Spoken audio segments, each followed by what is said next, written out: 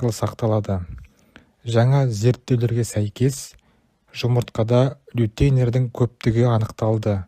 Лютеин көздің жақсы көруі мен нашар көруін зерттейді.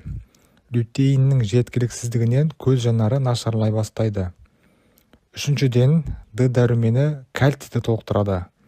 Жұмыртқаның құрамындағы Д витамині адамның сүйегін қатайтып, тістің мықтылығын сақтайды. Төртіншіден, жүрек, қан тамыр ауруларынан сақтайды. Ғалымдар жұмыртқа құрамындағы холестерин фосфатидтермен тең болғандықтан адамға зиянсыз екенін дәлелдеді. Ол ағзадағы холестериндерді жояды.